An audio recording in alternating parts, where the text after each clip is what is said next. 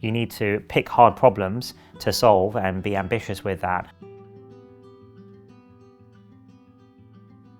Well, actually, for me, my interest in science and AI started with games. So I started to play chess from a very young age. I was actually 4 years old when I learned. And I took it very seriously. I was captaining all the England chess junior teams as I was growing up. And that's how I actually came across computers for the first time, because on some of the chess training camps, you would use chess computers, physical boards, to try and train and get better at. So as we were playing against these chess computers, I remember being fascinated by the fact that someone had managed to program this inanimate lump of plastic to actually play chess. So although I was meant to be training my chess openings and things, I actually got more fascinated by the program and the AI underneath it. And then I ended up wanting to program my own AI systems because of that. So that's how I got into computers and then AI. And then later on, the reason I spent my whole career on AI is because I believe it could be the ultimate tool to help with science. So to use AI systems to find patterns in data, insights in data and structure, and then help us advance scientific knowledge. So my aim was, as always, to build AI algorithms that were general enough to eventually be able to be applied to scientific problems like protein folding. Well, I think if you look at biology, I've thought of biology as an information processing system at a fundamental level. And biology is a hugely complex, emergent, dynamic system. And it's quite hard, I've always believed it's quite hard to describe that system just with a few mathematical equations. So it's not like physics. So actually, I think AI systems and AI algorithms are quite a good match, good description language for biology. So I've always thought biology would be one of the places where we could apply AI most usefully. And then specifically proteins and protein folding, I knew, actually I came across protein folding problem as an undergraduate and at Cambridge for the first time in the 90s. And I thought it was a fascinating problem, kind of like a puzzle really.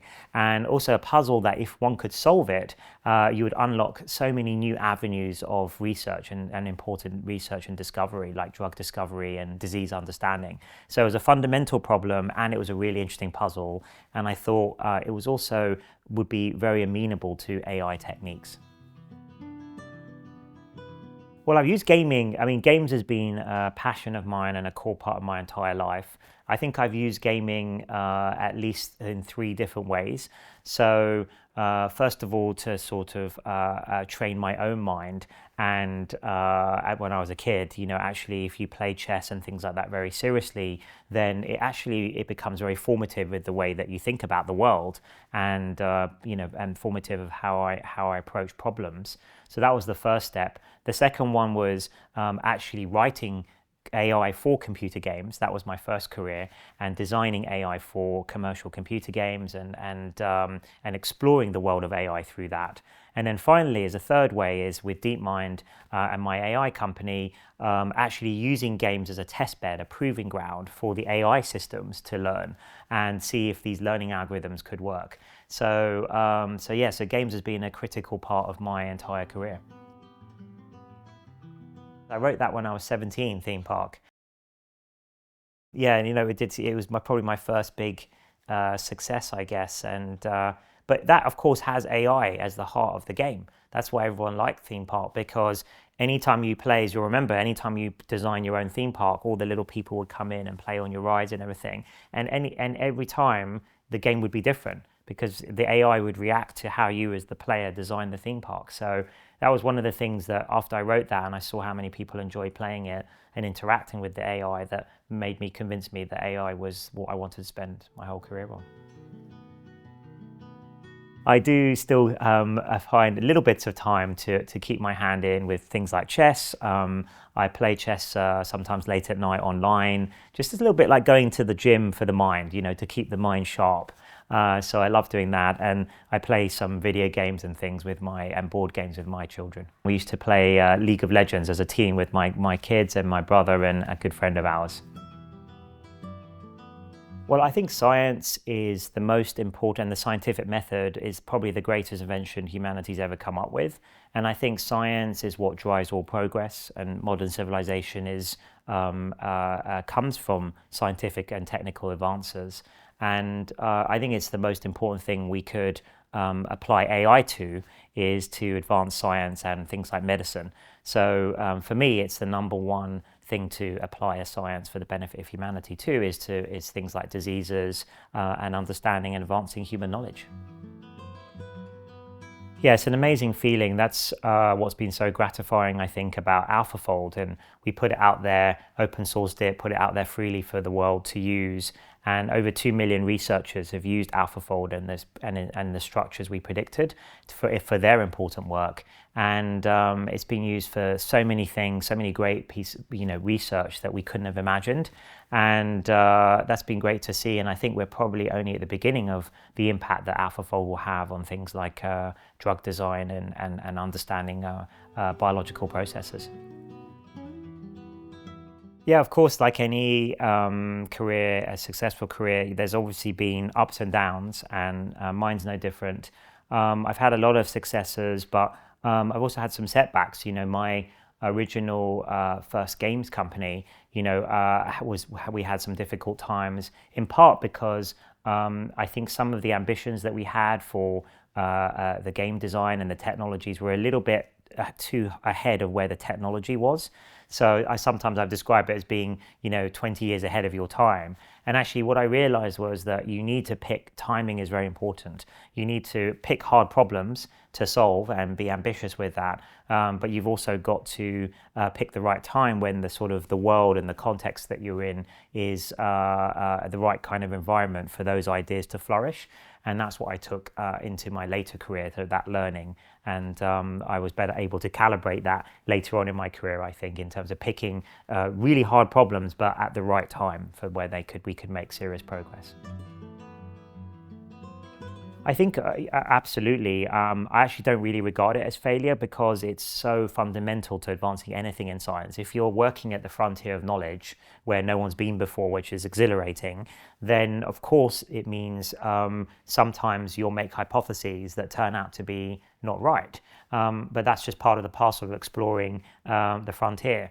And actually, if you design experiments well, then either answer, whether it works or it doesn't work, is actually useful for your next hypothesis. So, I sort of think of it as splitting the hypothesis space into two, and you keep splitting it into two. And it doesn't really matter if in any particular one experiment it didn't work or it did work. It still helps you advance overall to the next question. So I don't even think of it as failure. I just think of it as a necessary part of the scientific process. Yeah, something I've always had as growing up as at the time a sort of child chess prodigy, and then programming. I did that early, and so I've always been in a bit of a hurry. I think I've always had this notion of that life's pretty short if you want to explore and experience all the amazing things in the world, and maybe add a little bit of impact and value to that. And I've always had unbelievable drive since I can remember. So maybe that's just part of my genetic makeup and character. And then the way I approach successes is, each time I've had success in my career, it's just made me more motivated for the next thing to think even bigger. And so it means I'm not that good at celebrating successes. Perhaps I need to get better at that because I'm always looking straight away as soon as I do something onto the next thing.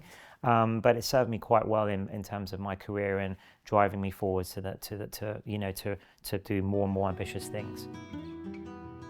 Well, I still have a lot of ambitions to carry out. So actually, my original ambition in AI is to build what we sometimes call artificial general intelligence, which is a system that can exhibit all the cognitive capabilities that humans can. And then we know we have a truly general system at that point, a kind of Turing machine. And so there's still that to build. And I think that will be one of the most consequential inventions humanity will ever invent. So I guess that's still that was my original goal when I got into AI, 30 plus years ago, and that's still my goal now. And we still have a lot of work to do to get there. Well, I've had many amazing people influence me at different times, but a lot of it actually comes from reading the greats and trying to understand and take inspiration from them. So actually, when I was a kid again, growing up, and the kind of formative books and people I read about were things like Richard Feynman. Actually, not so much his physics books, but his more layperson books. Surely you're joking, Mr. Feynman. The joy of finding out things.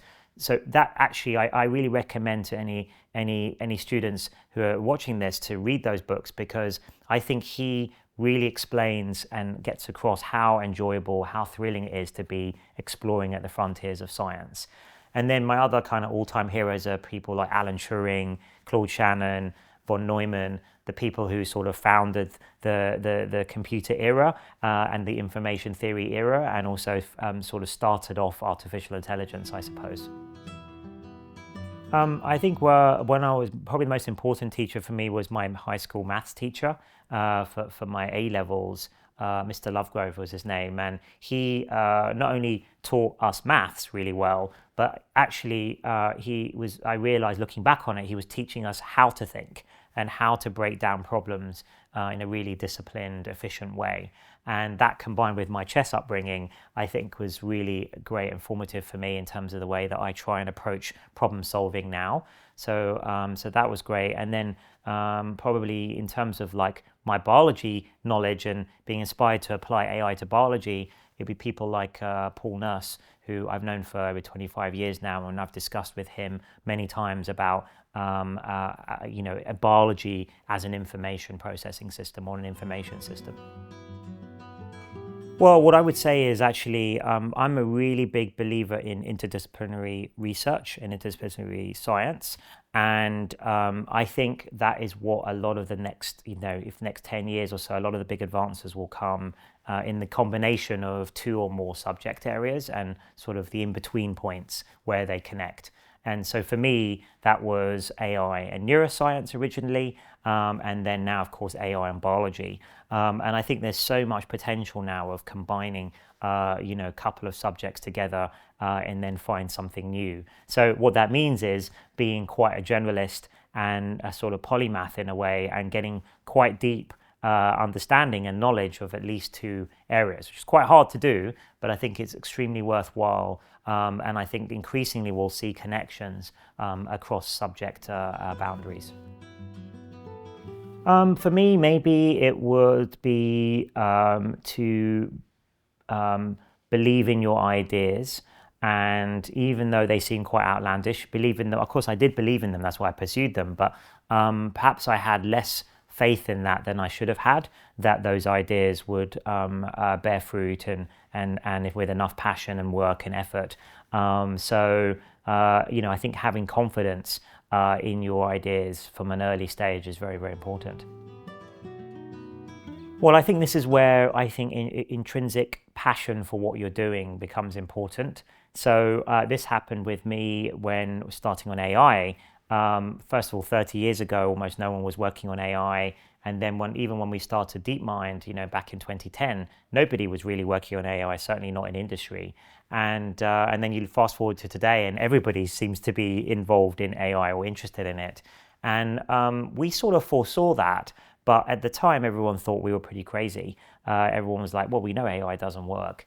And so, but I was going to do it no matter what, because I think it's the most fascinating technology to try and develop. It also has so many aspects to it, including trying to understand the workings of our own minds. So for me, there's nothing more fascinating than a phenomena of intelligence and trying to understand what it is. And I've tried to do that from many angles, both from neuroscience and computer science. And so for me, I would have spent my whole life doing that no matter what. So I think that gets you through the hard times, because actually it doesn't really matter what other people are saying. You're doing it through your own passion and interest. So we're huge believers in open science and open access, and we've done that with all of our scientific work. And it's because, that's the way that science progresses quickly, I think, is the sharing of ideas, the critiquing of each other's ideas, and people building on top of other people's work. And I think if you look at something like AlphaFold, that's why we put it out there for everyone to use, and all the predictions we made of the structures, because we knew that we could only do a tiny fraction of the downstream work that AlphaFold could enable. So we are trying to do some of that ourselves with drug discovery and so on. But it's been amazing to see what hundreds of thousands of researchers around the world have been doing with AlphaFold that we could never have imagined or never even heard of. That has been spectacular to see. So I think that's a good example of how science can be disseminated quickly, and then everyone can use it, and then the whole of humanity advances that way. Yeah, it's really important. I mean, first of all, it's well understood if you have a diverse sort of research group, you get better, more useful ideas. I'm really keen on sort of diversity of expertise and background.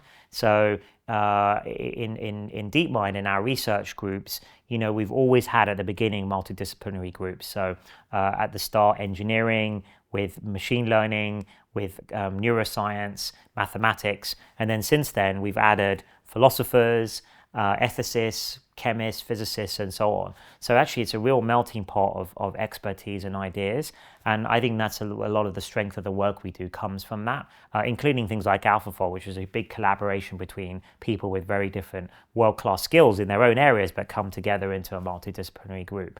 So I think that's hugely important for science. I'm also really gratified to see AlphaFold used all around the world. So it's 2 million researchers from around the world, but from 190 countries.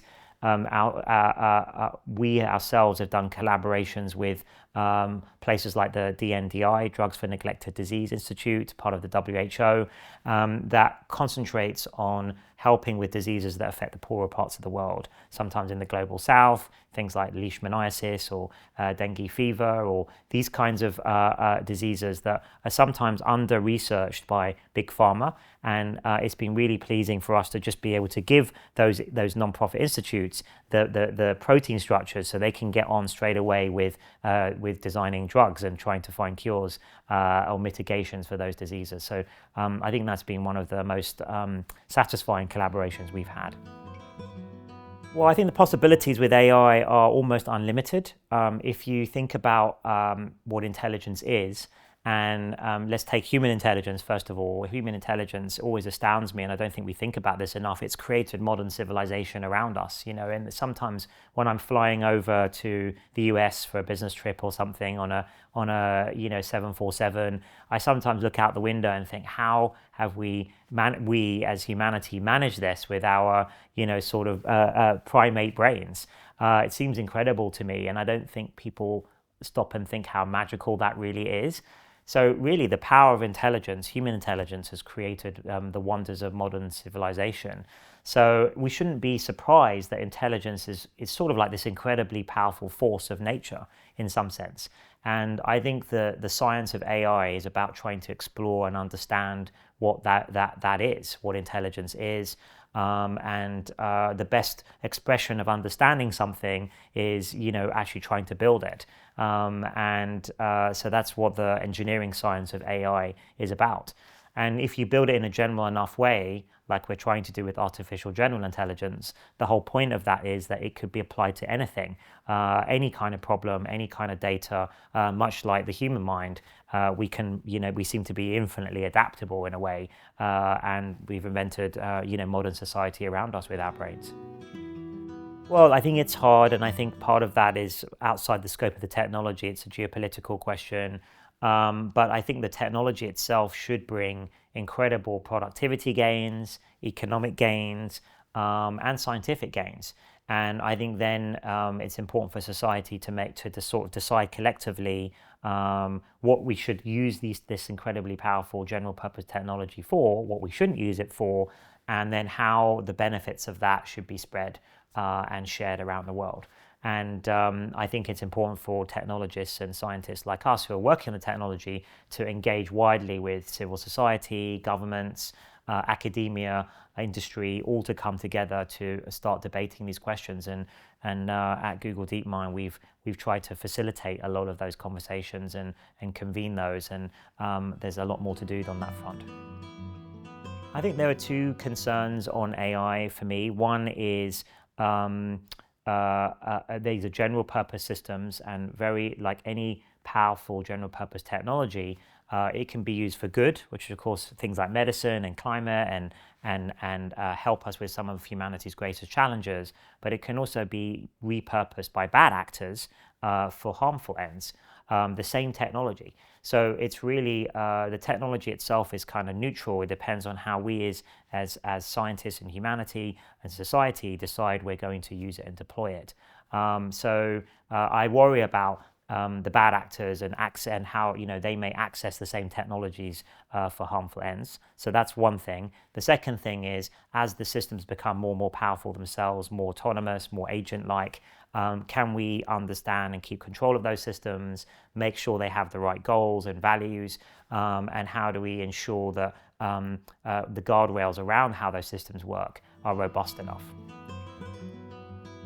Well, I hope that we'll be part of, and AI as a field will be part of helping humanity solve some of our greatest challenges. So for me, that's things like finding cures for terrible diseases, hopefully using tech tools like AlphaFold, but also helping with things like climate change, maybe through designing new materials or helping with new technologies like fusion or better batteries. And I think AI could help with all of those things. I have very little spare time. I try to make sure I get enough sleep. Gaming still is one of my main outlets as a relaxation, and then probably football as well. I'm a big follower of Liverpool Football Club, another game, of course, and I used to love playing football as well myself when I was younger. So maybe those are my main outlets.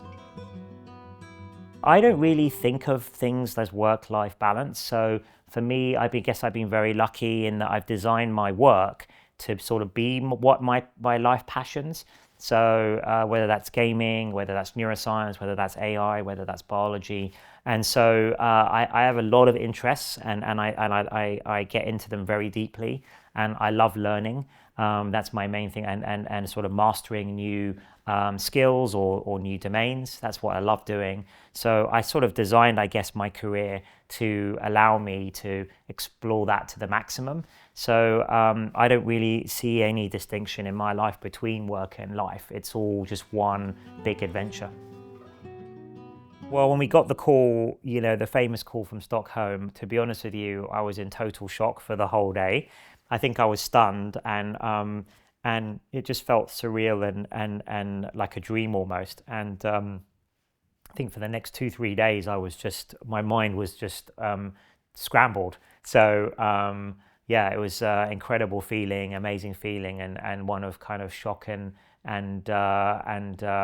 amazement. Actually, what I did was, which was very suitable, talking about our games stuff, is so I think I found out on a Wednesday, and it so happened that the next day I already had something long arranged, which was some of the world's best chess players and poker players were in town in London for a big chess tournament, including people like Magnus Carlsen, the ex-world chess champion, and one of my old childhood chess friends was hosting a poker and chess evening at his house, and all the world's top chess players, several ex-world champions of chess and poker turned up, and we had a really fun games evening playing poker and chess and long into the night. So actually, for me, that was the perfect way to celebrate, and it couldn't have been more apt. So that was lovely, happening literally the next day.